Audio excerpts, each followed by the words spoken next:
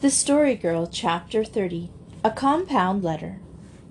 Once Peter was out of danger. He recovered rapidly, but he found his convalescence rather tedious, and Aunt Olivia suggested to us one day that we write a compound letter, to amuse him, until he could come to the window and talk to us from a safe distance. The idea appealed to us, and the day being Saturday, the apples all picked, we betook ourselves to the orchard to compose our epistles, Cecily having first sent word by a convenient caller to Sara Ray that she too might have a letter ready. Later, I having at that time a mania for preserving all documents relating to our life in Carlisle, copied those letters in the blank pages at the back of my dream book. Hence I can reproduce them verbatim. Cecily's letter.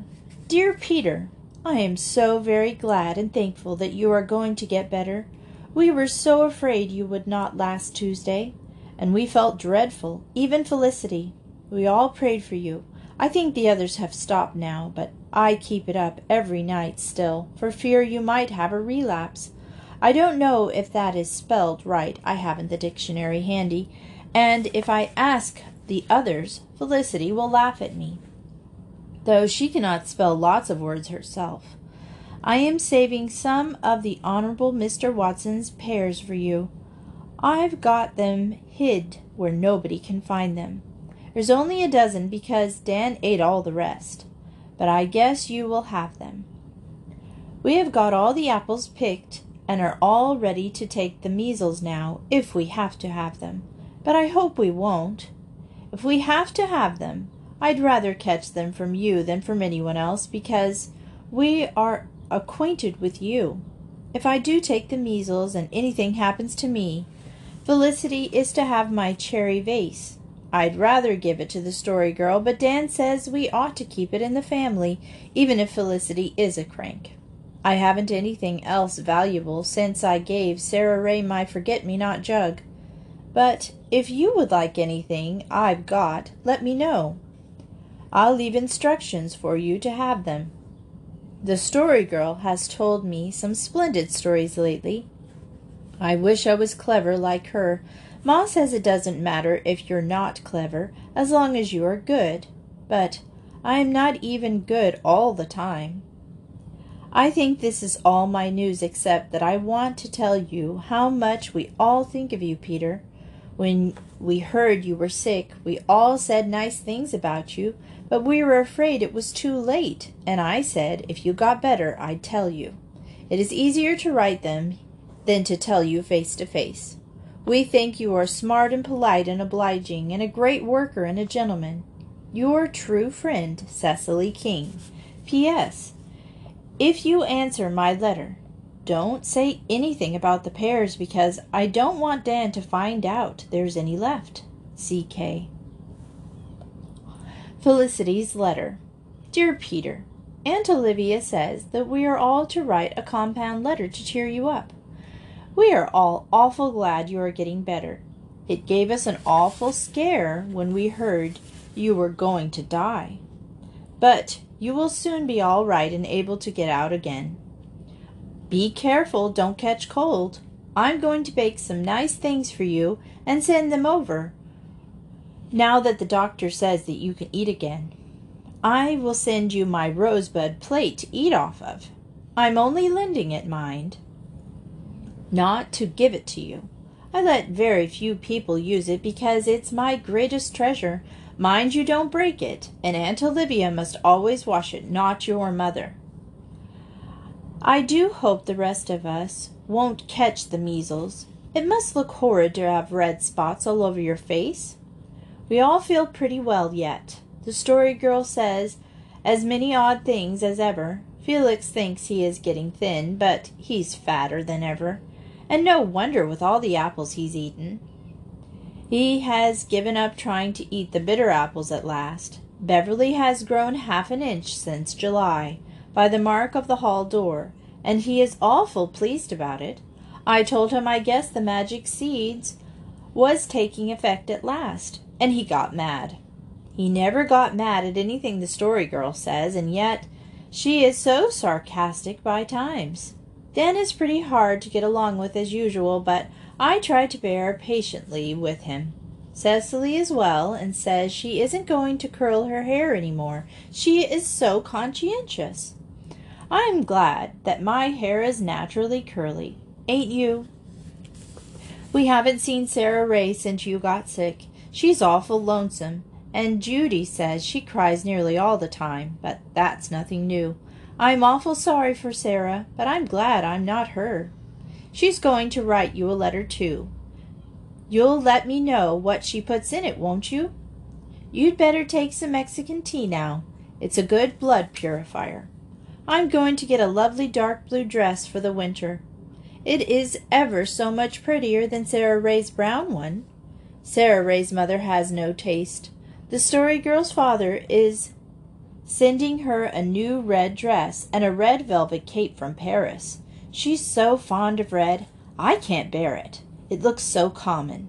Mother says I can get a velvet hood, too. Cecily says she doesn't believe it's right to wear velvet when it's so expensive, and the heathens are crying for the gospel. She got that idea from the Sunday school paper, but I'm going to get my hood all the same.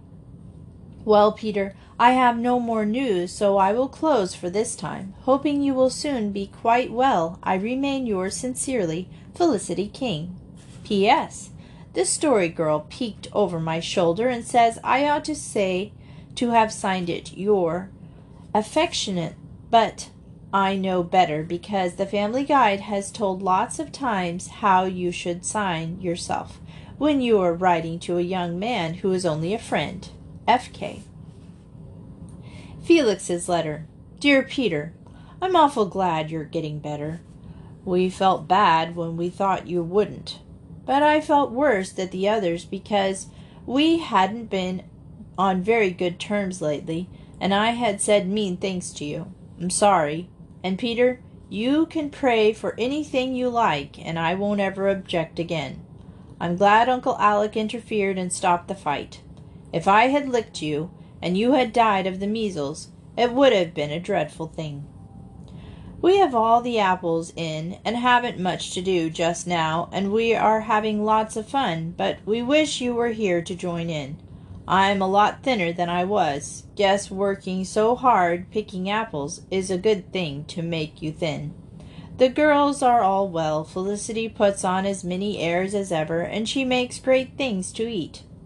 I have had some splendid dreams since we gave up writing them down. That is always the way. We ain't going to school till we're sure we are not going to get the measles.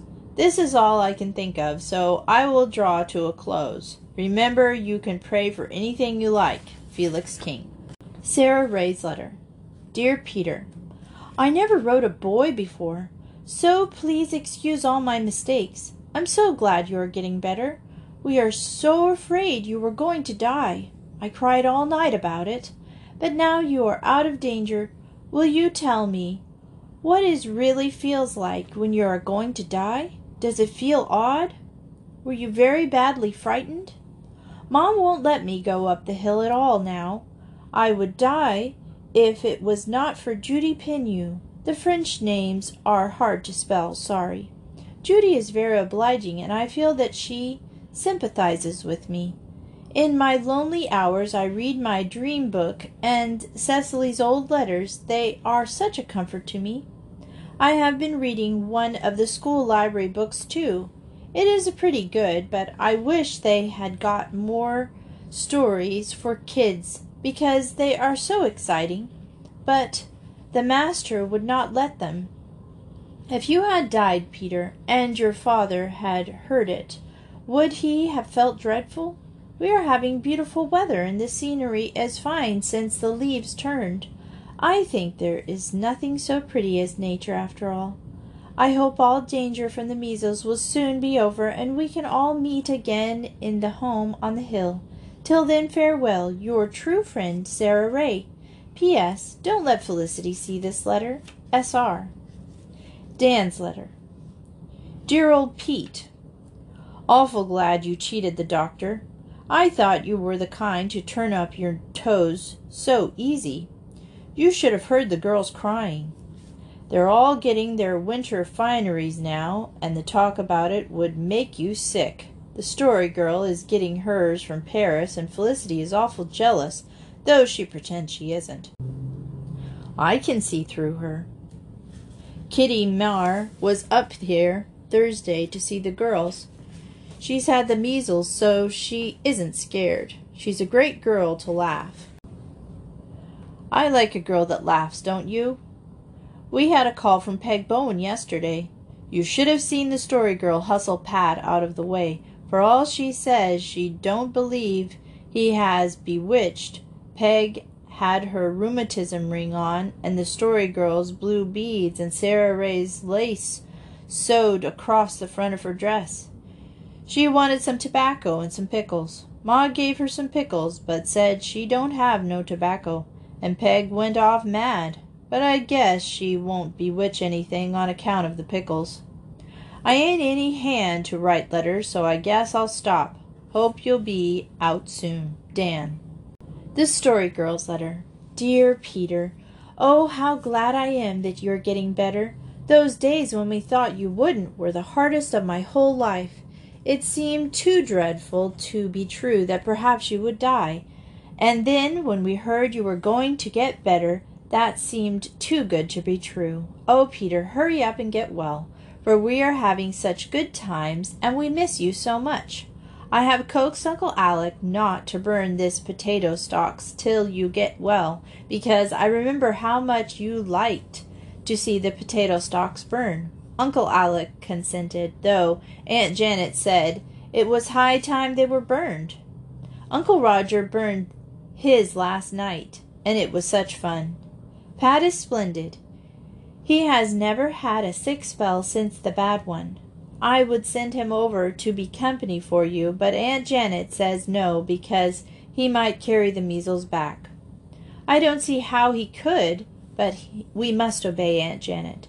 She is very good to us all, but I know she does not approve of me. She says I am my father's own child. I know that doesn't mean anything complimentary, because she looks so odd when she says it. She saw that I had heard her, and then she was ashamed. But I don't care. I'm glad I like my father. I had a splendid letter from him last week, with the darlingest picture in it. He is painting a new picture, which is going to make him famous. I wonder what Aunt Janet will say then. Do you know, Peter, yesterday I thought I saw the family ghost at last. I was coming through the gap in the hedge. I saw somebody in blue standing under Uncle Alec's tree. How my heart beat! My hair should have stood on end with terror, but it didn't. I felt to see, and it was laying down quite flat. But it was only a visitor after all. I don't know whether I was glad or disappointed. I don't think it would be a pleasant experience to see the ghost, but after I had seen it, I think what a heroic person I would be. Oh, Peter, what do you think? I have got acquainted with the awkward man at last. I never thought it would be so easy. Yesterday Aunt Olivia wanted some ferns, so I went back to the maple woods to get them for her, and I found some lovely ones by the spring. And when I was sitting there looking into the spring, who should come along but the awkward man himself? He sat right down beside me and began to talk. I never was so surprised in my life. We had a very interesting talk, and I told him 2 of my best stories, and a great many of my secrets into the bargain. They may say that what they like, but he was not a bit shy or awkward, and he has beautiful eyes.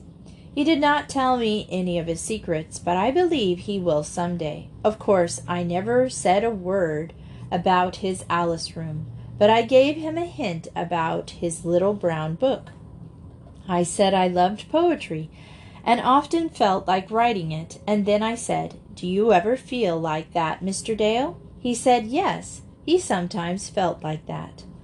But he did not mention the brown book. I thought he might have, but after all, I don't like people who tell you everything the first time you meet them, like Sara Ray. When he went away, he said, "I hope I shall have the pleasure of meeting you again, just as seriously and politely as if I were a grown-up young lady." I am sure he could never have said it if I had been really grown up. I told him I was likely to see him again, and he would, and that he wouldn't mind if I had long skirts on next time because I'd just be the same person. I told the children a beautiful new fairy story today. I told them to go to the spruce woods to hear it. A spruce wood is the proper place to tell fairy stories in. Felicity says she can't see it makes any difference where you tell them. Oh, but it does. I wish you had been there to hear it too. But when you are well, I will tell it over again for you. I'm going to call the southern wood Apple-orange after this. Beverly says that is what they call it in Scotland, and I think it sounds so much more poetic than southern wood. Felicity says the right name is Boy's Love, but I think that sounds silly. Oh, Peter, shadows are such pretty things. The orchard is full of them this very minute. Sometimes they are so still you would think them asleep. Then they go laughing and skipping. Outside in the oat fields they are always chasing each other. They are the wild shadows. The shadows in the orchard are the tame shadows. Everything seems to be rather tired growing, except the spruces and the chrysanthemums in Aunt Olivia's garden. The sunshine is so thick and yellow and lazy, and the crickets sing all day long. The birds are nearly all gone, and most of the maple leaves have fallen. Just to make you laugh, I'll write you a silly story I heard Uncle Alec telling last night. It was about Elder Fruin's grandfather taking a pair of rope reins to lead a piano home. Everybody laughed except Aunt Janet. Old Mr. Fruin was her grandfather. She said she wouldn't laugh. One day when old Mr. Fruin was a young man of 18, his father came home and said, "Sandy, I bought a piano at Simon Ward's sale today. You're to go tomorrow and bring it home." So next Sunday, Sandy started off on horseback with a pair of rope reins to lead the piano home. He thought it was some kind of livestock. And then Uncle Roger told about old Mark Ward, who got up to make a speech at a church missionary social when he was drunk. Of course, he didn't get drunk at the social. He went there that way. And this was his speech. "Ladies and gentlemen, Mr. Chairman, I can't express my thoughts on this grand subject of missions. It's in this poor human critter," patting himself on the breast, "but he can't get it out. I'll tell you these stories when you are better and get out. I can tell them so much better than write them. I know Felicity's wondering why I'm writing such a long letter, so perhaps I'd better stop. If your mother reads it to you, there is a good deal of it she may not understand, but I think your Aunt Jane would. I remain your very affectionate friend, Sarah Stanley." I did not keep a copy of my own letter, and I have forgotten everything that was in it except the first sentence, in which I told Peter I was awful glad he was getting better. Peter's delight on receiving our letters knew no bounds. He insisted on answering them, and this is his letter, painstakingly disinfected. It was duly delivered to us. Aunt Olivia had written it at his dictation, which was a gain as far as spelling and punctuations went. But Peter's individuality seemed merged and lost in Aunt Olivia's big, dashing script. Not until the Story Girl read the letter to us in the granary by jack-o'-lantern light, in a mimicry of Peter's very voice, did we savor the real bouquet of it. Peter's letter. Dear everybody, I was awful glad to get your letter. It makes you real important to be sick, but the time seems awful long when you're going to get better. Your letters were all great, but I like Felicity's best. Next to hers, the Story Girl's. Felicity, it will be awful good of you to send me things to eat and the rosebud plate. I'll be awful careful with it. I hope you won't catch the measles, for they are not nice, especially when they strike in. But you would look all right, even if you did have spots on your face. I would like to try the Mexican tea because you want me to, but Mother says no, she doesn't believe in it, and Barton's bitters are a great deal healthier. If I was you, I would get the velvet hood all right. The heathen live in the warm country, so they don't want hoods. I'm glad you are still praying for me, Cecily, for you can't trust the measles, and I'm glad you're keeping your you-know-whats for me. I don't believe anything will happen to you if you do take the measles, but if anything does, I'd like the little red book of yours, The Safe Compass, just to remember you by. It's such a good book to read on Sundays. It's interesting as a religious book could be. So is the Bible. I had not quite finished the Bible before I took the measles, but Ma is reading the last chapters to me. There's an awful lot in that book. I can't remember the whole of it, since I am only a hired boy, but some parts are really easy. I'm awful glad you have such good opinions of me. I don't deserve it, but after this, I'll try to. I can't tell you how I feel about all your kindness. I'm like the fellow the Story Girl wrote about who couldn't get it out. I have the picture the Story Girl gave me for my sermon on the wall at the foot of my bed. I like to look at it. It looks so much like Aunt Jane. Felix, I've given up praying that I be the only one to eat the bitter apples, and I'll never pray for anything like that again. It was horrid mean to pray so. I didn't know it then, but after the measles stuck in, I found out it was. Aunt Jane wouldn't have liked it. After this, I'm going to pray for things I shouldn't be ashamed of. Sarah Ray, I don't know what it feels like to be going to die, because I didn't know I was going to die till I got better. Mother says I was loony most of the time after they struck me. It was just because they struck me I was loony. I ain't loony naturally. I will do what you asked in your postscript, Sarah, although it will be hard. I'm glad Peg Bowen didn't catch you, Dan. Maybe she bewitched me that night we were at her place, and that is why the measles struck me. I'm awful glad Mr. King is going to leave the potato stalks till I get well. I'm obliged to the Story Girl for coaxing him. I guess she will find out about Alice yet.